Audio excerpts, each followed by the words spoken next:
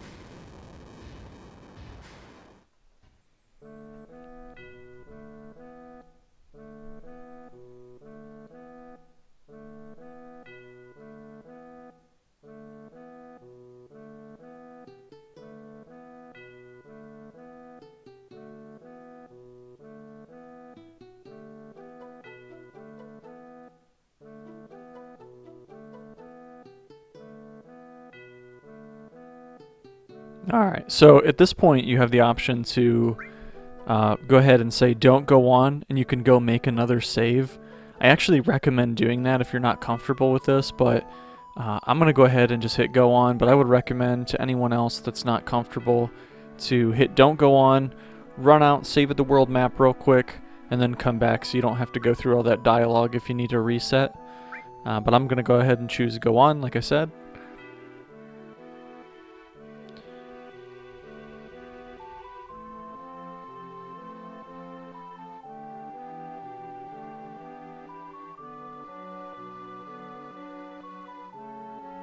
Damn, Yuffie's cold. So, one little caveat here too is this this kind of like Airbus. For some reason, they mixed up the blades. You can see that the blades are in the front, pulling it forward here, but then now they're behind it, pushing it forward.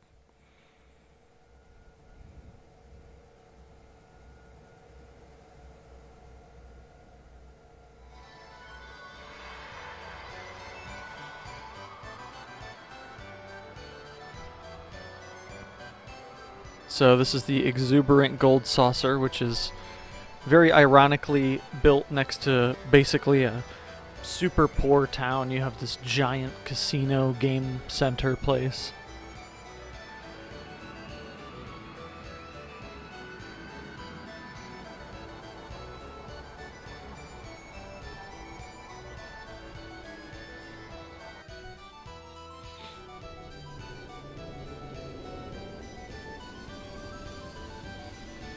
And then once again, the blades are in the front, pulling it forward. So once you receive once you basically make it here to Gold Saucer, you'll notice first of all that there's a save point over there. That save point actually costs Gold Saucer currency to use. So this is why we're so heavy on saving before we come here. Come over here and talk to this woman, and she'll let you know that you can either buy a single pass for 3,000 gil or a lifetime pass for 30,000 gil. You shouldn't have 30,000 by this point, but you could, technically, if you did enough grinding. I highly recommend just buying the 3,000 gil pass for the first day, and we'll worry about buying the lifetime pass later, and as it's much simpler to get gil later in the game. So she explains that GP is the currency here and that there's a 10k limit on it. So we'll go ahead and head into Gold Saucer now.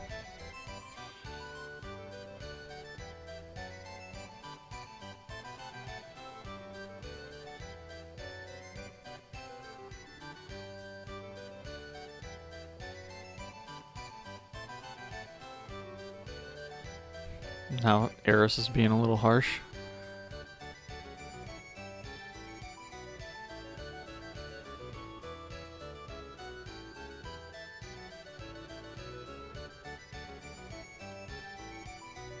So Barrett pieced out down the Wonder Square. Now, at this point, again, we have some date dialogue choices. We can actually choose somebody to bring with us. Whoever we bring with us here is going to get a +3 to their affection value out of Tifa, Eris, and Yuffie. So I'm going to go ahead and choose Tifa and say go together. So she's going to come with us. And then we're going to head to the Ghost Square first. There's a lot of different little things that you can do here, but there's only a few things to do on this first visit. So first we're going to go to the Ghost Square. And we're going to head into this mansion here, this ghost hotel. We're going to come over here and interact with the sign to read the Turtle Paradise #3 flyer. Get that one out of the way. And this item shop down here actually has one of the most fleshed out item lists so far, but we don't need anything from there. So next up, we're going to head to the Wonder Square.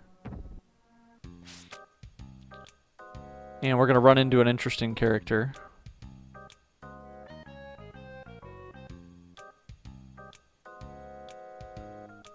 So this is Kate Sith. He is a very, very interesting character design. He's basically a robot cat riding a fluffy Moogle that fights with a megaphone. So it's very far-fetched, but he's a silly character.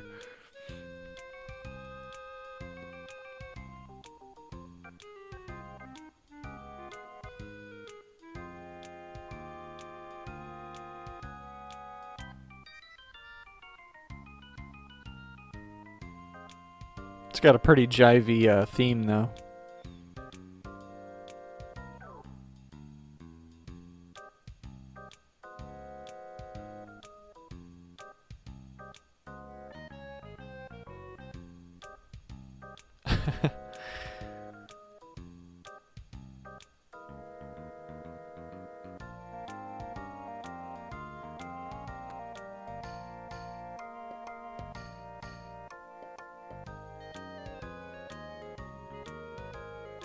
It just jumps inside of us. So Kate Sith, he comes equipped with a couple things. First of all, he comes with the new Manipulate materia, which is really, really handy. This lets us take control of the enemies in battle and make them use a specific move. So it's really handy to learn a lot of good enemy skills, and we'll be doing that in the next episode. And he comes with another Transform materia that already has a lot of AP earned into it.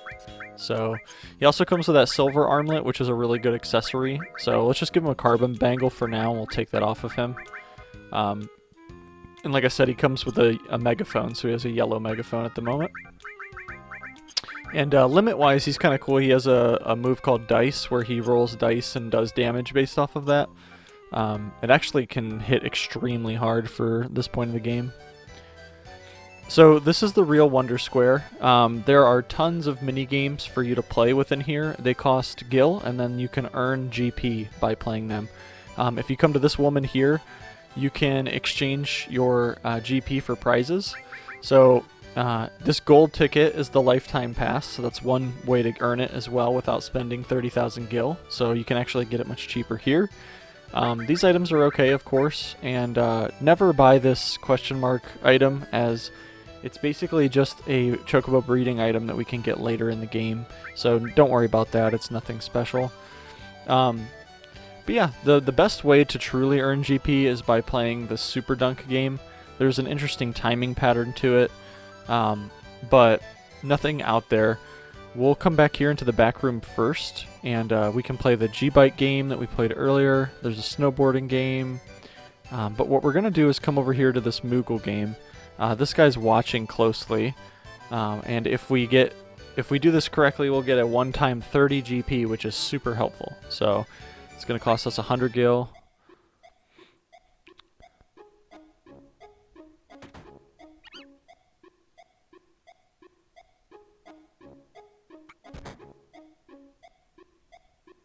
So we have to teach him how to fly. So basically we feed him Koopo nuts, and we don't want to overfeed him and we don't want to underfeed him so that he correctly flies. So we'll give him a Kupo Nut. You want to give him 5 the first time. You can also tell because of the animation that he does. So he's always rubbing his belly because he's not full yet. You'll notice this time, he just chirped. So we will stop and we'll just wait. That was the 5th Kupo Nut.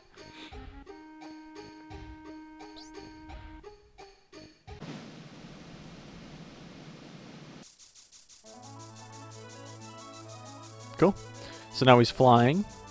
And there's going to be a second part of this game here where we'll have to feed him once more.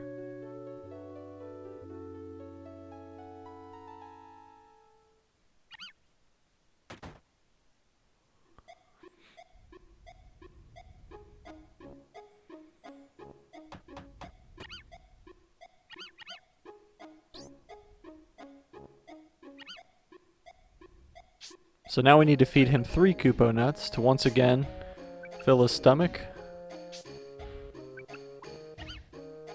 And then now he'll be able to fly for her. Win her over as a mate.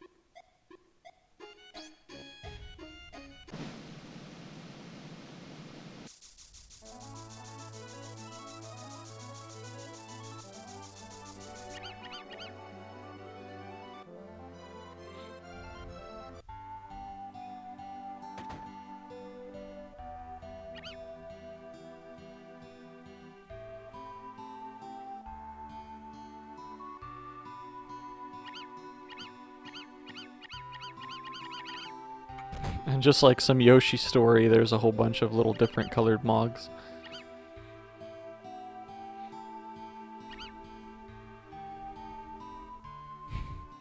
So it's kind of cute. But then if you talk to this gentleman, he'll say he's impressed and he'll give us a one-time 30 GP, which is great. So I'll kind of demonstrate the Super Dunk game for you guys just so that you can kind of get an idea of it. You'll have to learn this kind of on your own. There's not too much to explain here, and we'll make use of this more later, but basically each game costs 200 gil. You'll hold down the A button and release A to shoot.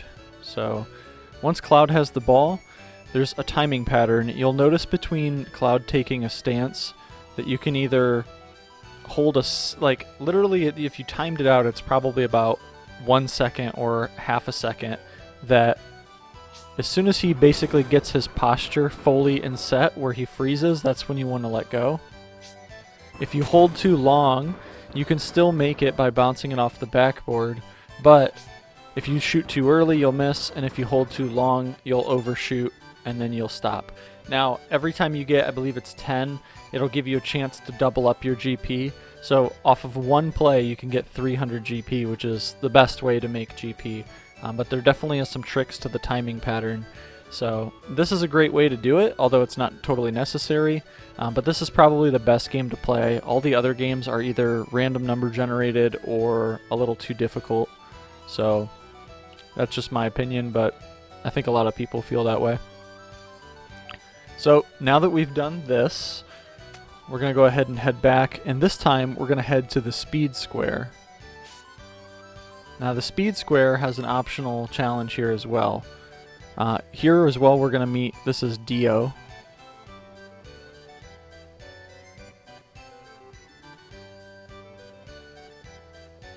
He's the owner of Gold Saucer, so you have to imagine how pageant this place is. He must be pretty foo-foo. Asked us about the black materia.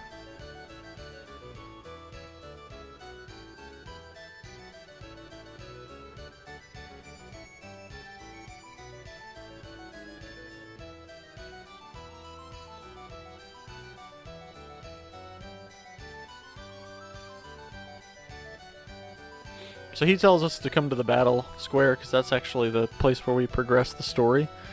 If you wanted to as well now, so at this point we have, what, 32 GP. So we could go use the save point for 5 GP, and then we could get 2 tries of this minigame. What I would probably recommend is if you're really having trouble with this minigame that we're about to do, that what you do is you play Super Dunk enough that you get, say, an extra 5 GP. You go save, that way you have 3 chances at trying this mini game because each one costs 10. And then if you fail, you can reset your game and then just go straight back into trying this. I'll kind of show you guys a trick to it though right away.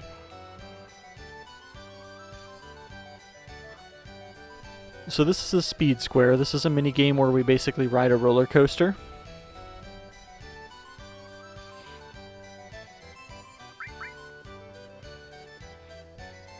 So these guys can teach you the rules. And this is the gift shop.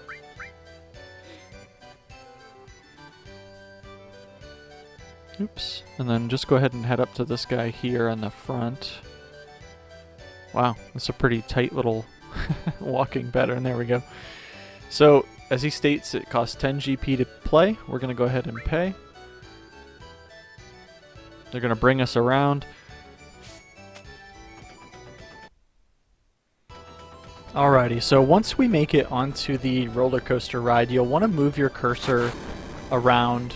And it's kind of a tricky spot to get. You'll see that I'm struggling to kind of move it over there. It's right where it is now. That's exactly where you're going to want your cursor. So a lot of times, like, I'll just go ahead and hold shoot throughout this until we start to see the UFOs. But you'll notice the bar on the left-hand side will go up and down as you shoot, and you want it to be green to do as much damage as possible.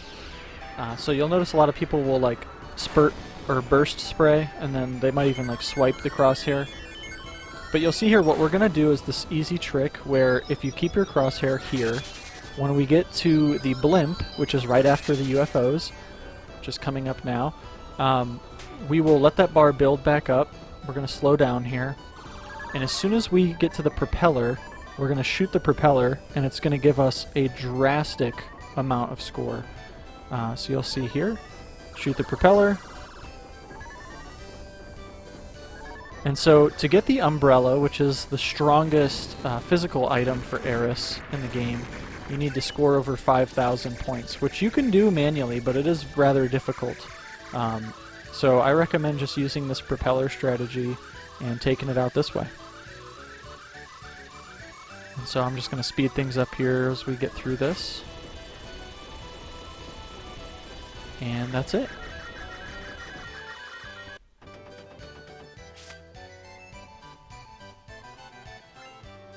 Okay, and so with that, we've earned the umbrella. So that's going to be a weapon for Eris, and basically the best weapon for her up into this point as well, by a landslide. So now we can progress and head to the battle square.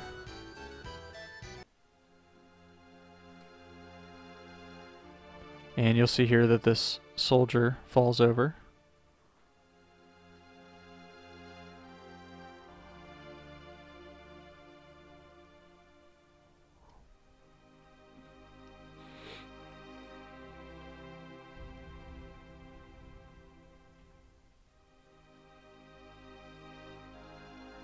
So we see that everybody's been shot. And it sounds like they're talking about Barrett. But would Barrett really have done this?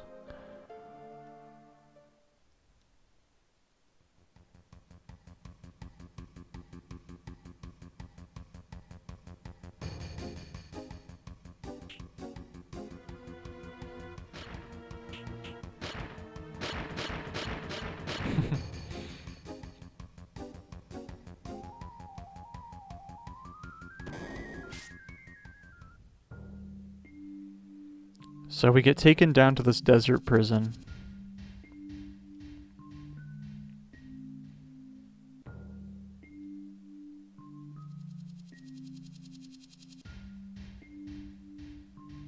And we see Barrett's over here.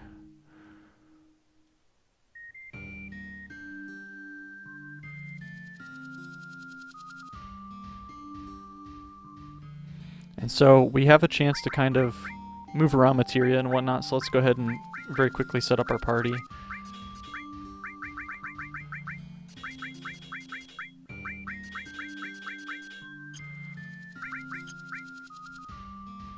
So let's go ahead and give, we're going to give Tifa the silver armlet that Kate Sith had. And let's give her a few things. We'll give her the cover materia. We'll give her the steel materia. And let's go ahead and give her the chocobo lore.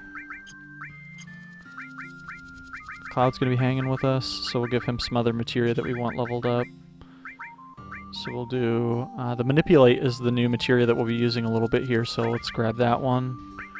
And then we'll level up throw. We'll level up sense. And then we'll just hook him up with some summons. And I'm actually going to give him Chocomog.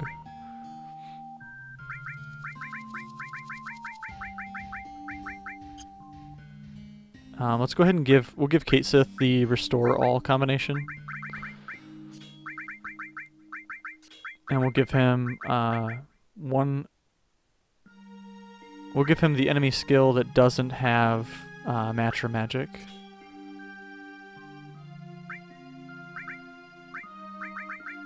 And we're going to do some more with the enemy skills in just a second. It's going to be a little tricky. So we'll give him that Shiva materia, and then let's have him level up some other goodies for us. So we'll level up the Transform that has a bunch, Bio, and we'll do the Heal. And then with Tifa, we'll give her Seal, Revive.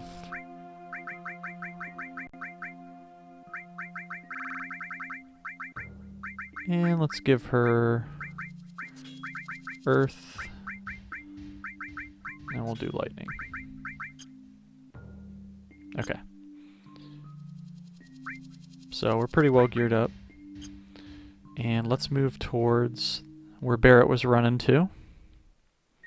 People like this guy will just follow you around randomly. Nothing to worry about here. They're just kind of annoying. So what we can do is we can move into this building to our right and get some more story, some more dialogue. Now, with the enemies in this area, because we can encounter enemies, this is a special one. This one's called Two-Faced. They actually don't do anything if you do nothing. So we could sit here forever, they'll never attack. They drop high potions and you can steal Phoenix Downs from them, but they will counter when you hit them. So for example, let's have Kate Sith go ahead and just hit one. If they land on their red face, they will do self-destruct, and if they land on their blue face, they'll do Cure 3 on your whole party. So, kind of interesting enemy. If you do enough to actually KO them, then you'll grant some EXP and AP and whatnot. So, well, he didn't even counterattack that time. I think they only have 300 HP. Yeah, I didn't counter that time either, so cool.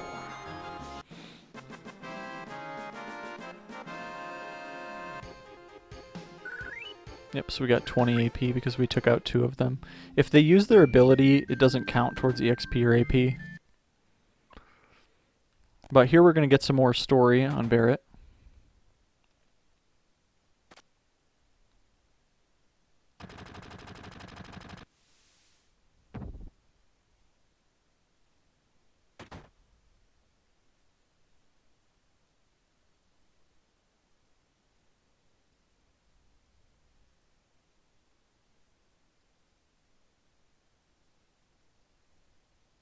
So there's another man with a gun for an arm.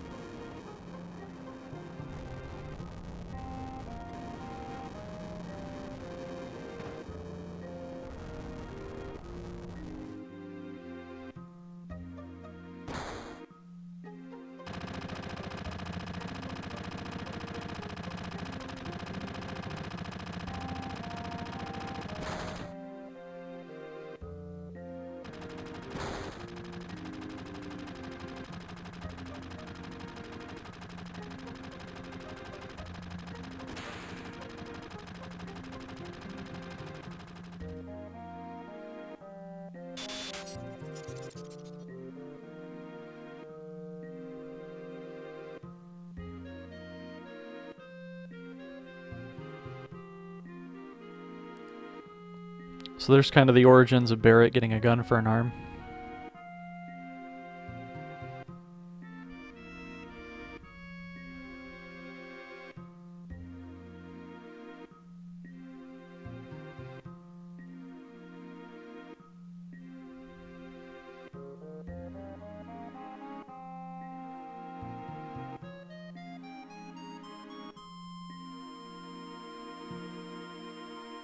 So here we get to make the decision, so it's going to be Cloud, Barrett, and another party member that comes with us.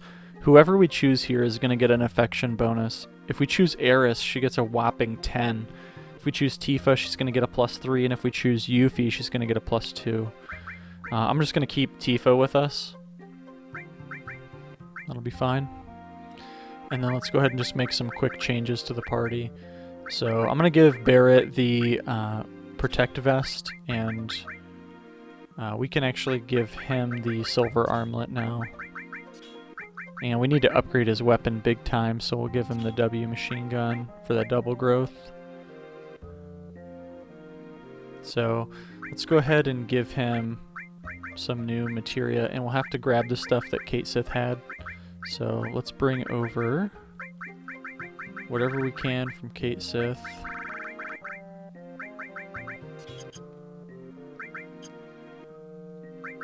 So we're going to rearrange how we're giving them experience, though.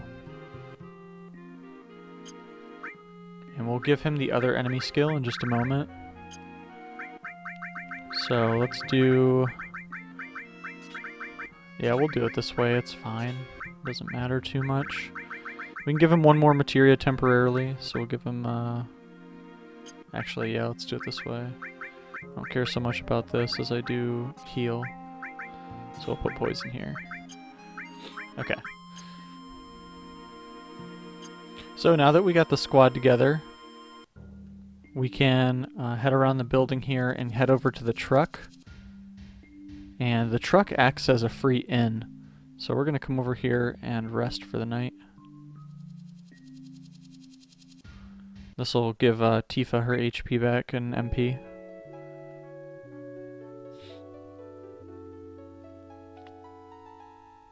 Now, keep in mind, in this area you can encounter bandits, which are the thieves that you want to take out very quickly. So, let's see, what do we encounter here? Okay, yeah, so here we encountered some of them. So, again, they have high evasion rates, so we want to hit them with magic as hard as we can. So, yeah, we're going to hit that guy. They're stealing Gale. I'm just going to cast a summon.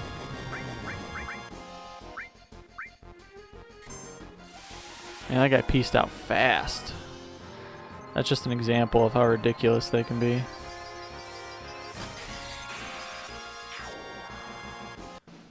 Alright, so we got 340 Gil back.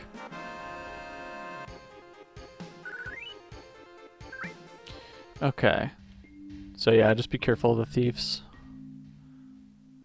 So now technically what we need to do is we need to go find Dine. So once you head to the left here and get closer to the desert's border, so I'm going to head straight out to this desert border.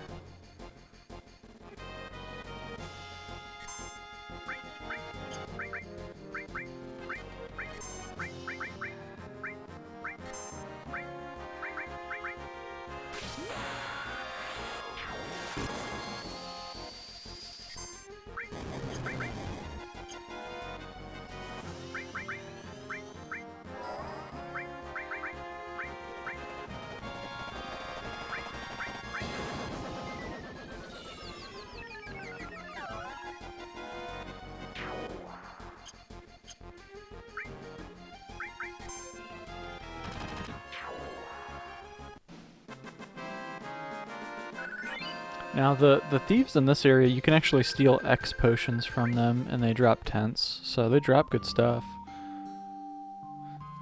So once you make it out here to the desert border, there's a few different things that can happen. First of all, you can encounter two different kinds of enemies out here. One is a landworm, which is like a huge tremor-like worm.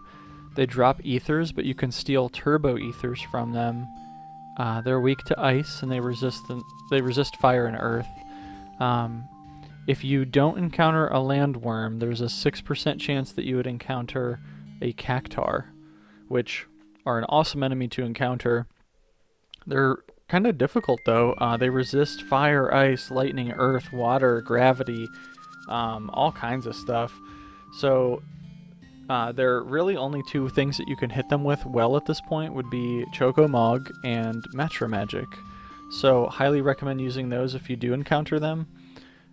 You'll win 10k gil from defeating them, which is super wonderful.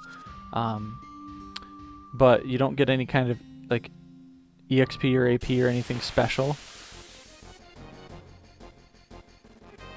And these guys are also one of the more interesting enemies. So this is a Death Claw. You can steal a Platinum Bangle from them, but they have an enemy skill that we want to learn. And they drop high potions as well. Now, I'm actually not ready to learn this enemy skill, so I'm just going to run away for now. I'll show you guys in just a second what we'll do. We want to make it to the junkyard, so we're just going to continuously run right here until we make it to the junkyard.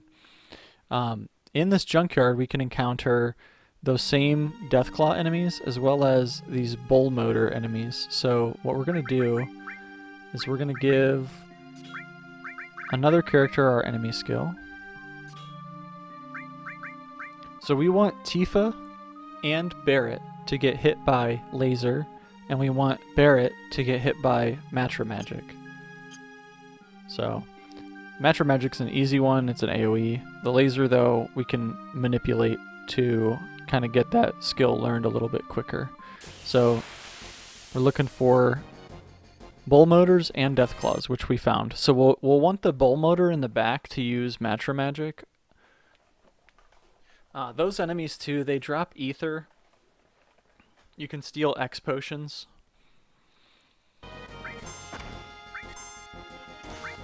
So we're going to have Cloud use Manipulate on one of the Deathclaws until it successfully lands, and then we're just going to have the other members of our party take out the other Deathclaw.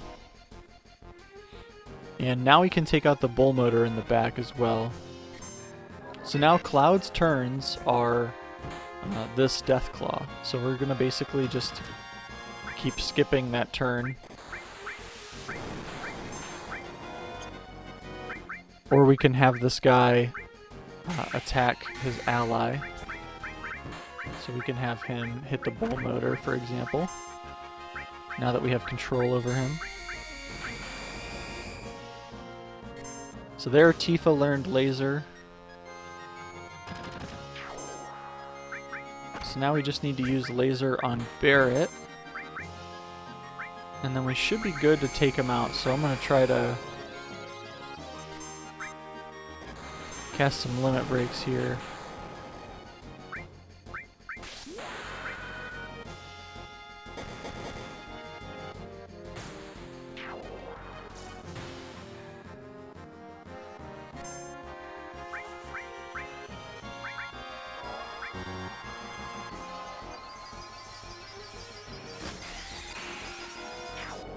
Okay, cool.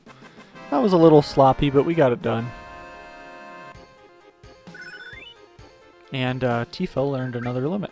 Awesome. So let's take a look at Tifa's setup here. So she still needs enough KOs to get the next level.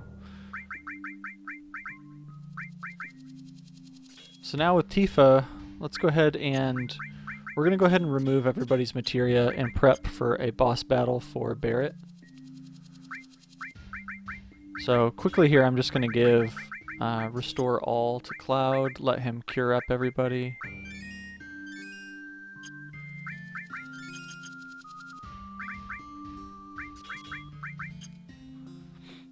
So let's give Barret some new materia. First of all, this is going to be a boss fight with Dyne. Dyne doesn't really have any weaknesses or anything, but he's nothing too powerful either. The only big difference is that, you know, depending on how you've used Barret up until this point determines how difficult this boss fight is. My Barret has been pretty underused, so I'm going to bring enemy skill, the big one with beta and everything, so we can just wail on him with some OP casts. but I do want to level up some materia here, so we'll do the steel is a big one. Cover would be nice. The chocobo lure is nice. We'll give him the restore materia just in case of an emergency he needs to heal himself. And then we get 2 more slots. So let's do the throw, which will give him a little bit more vite. And let's also do something else that we just want to level up. You could do poison too, which is pretty good. A lot of people would like poison Dine and then just wail on him and trade blows. We're just going to hit him so hard it's not going to matter. I'll just do this because I want to learn Asuna. Okay, that looks good. And he's already got a limit break leveled and ready to go, so that's cool.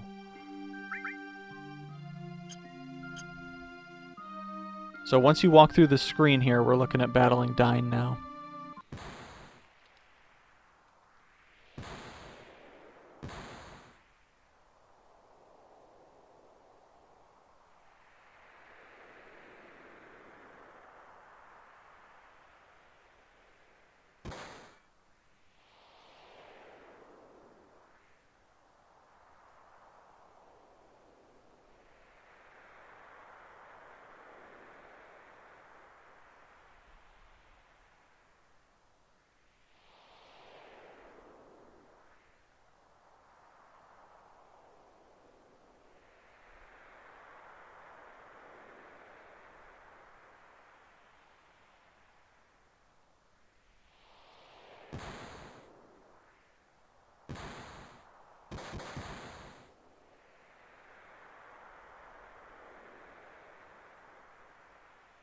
So Dine doesn't know that Marlene is still alive. Marlene is Dine's biological daughter. And Barrett's been taking care of her.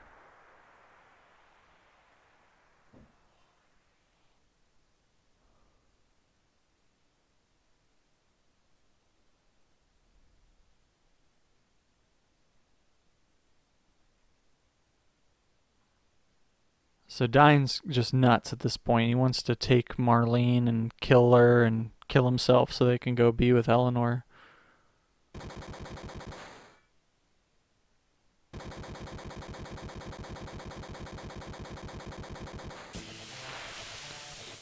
So Barrett's going to have a little one-on-one action here with Dine. So we'll just start off by ripping the limit, and then we'll go ahead and go into a beta cast.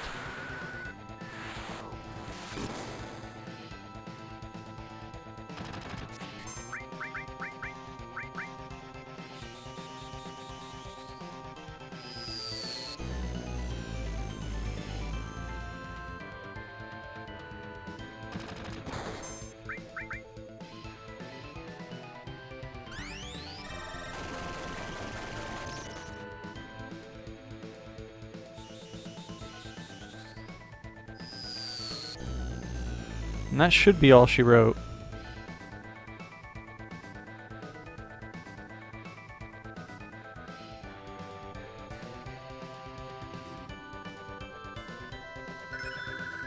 Barrett learned Mind Blow, which is cool. And we got another silver armlet.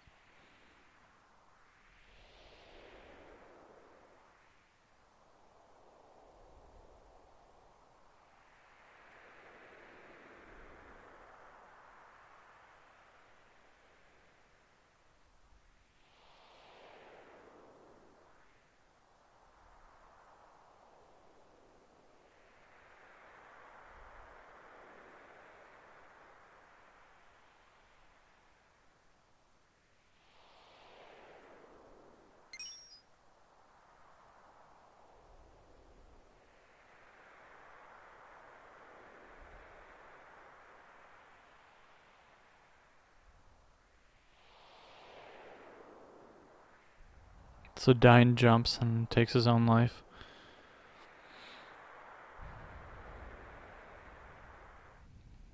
Barrett's left to carry his burdens.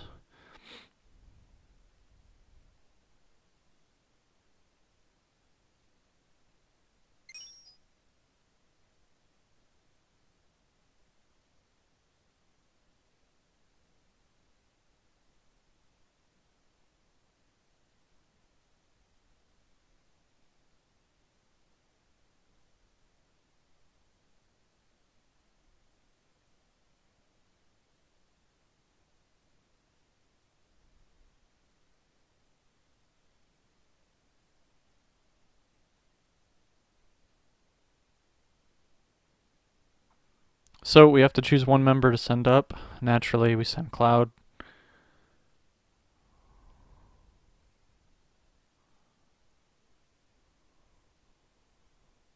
So Esther is here. She's going to volunteer to be our manager so that we can participate in the Chocobo races.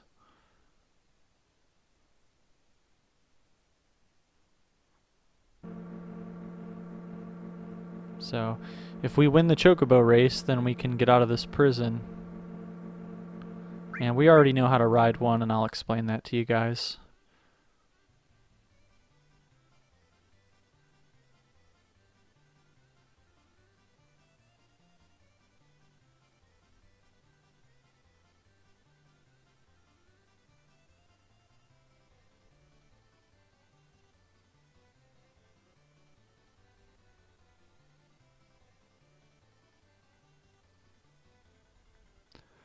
So Esther's going to go ahead and prep, and this time we need to make sure that we come over here and pick up this Rama materia, as otherwise you'll miss it. So the rest of the jockeys are going to group up here, and then Esther will come back and get us.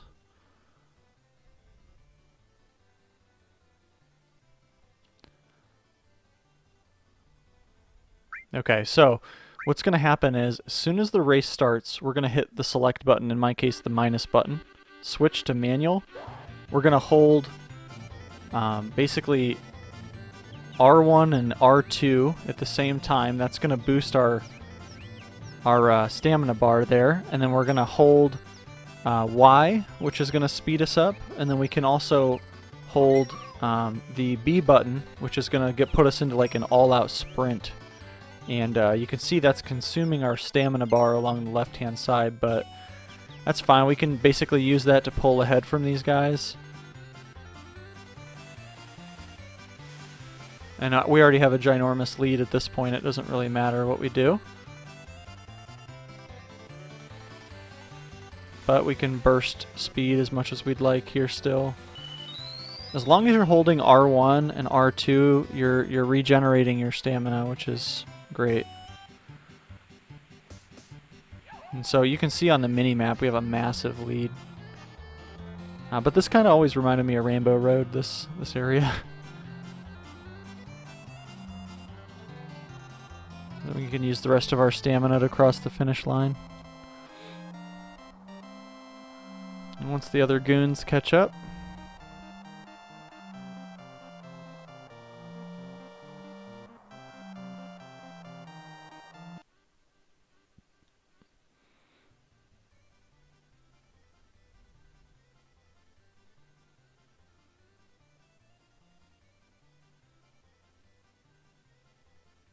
so Dio realizes that it was Dyne and not us the whole time. So, but he gives us a gift. He drops us off a buggy. So now we can cross deserts and rivers, which is awesome. And then he lets us know that Sephiroth was heading to Gingaga, which is south of the river.